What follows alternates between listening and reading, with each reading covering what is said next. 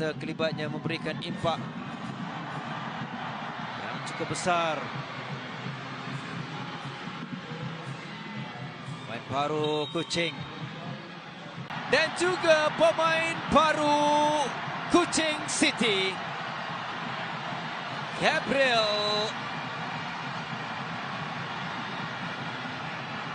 Kita akan nantikan pengesahan.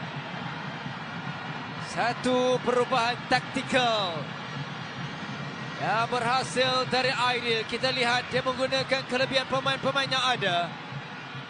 Kemasukan pemain ini menambah derita kepada DPMM yang hanya seketika meraihkan jaringan pertama mereka. Dan kita lihat bagaimana Gabriel pula menjadi pemusnah.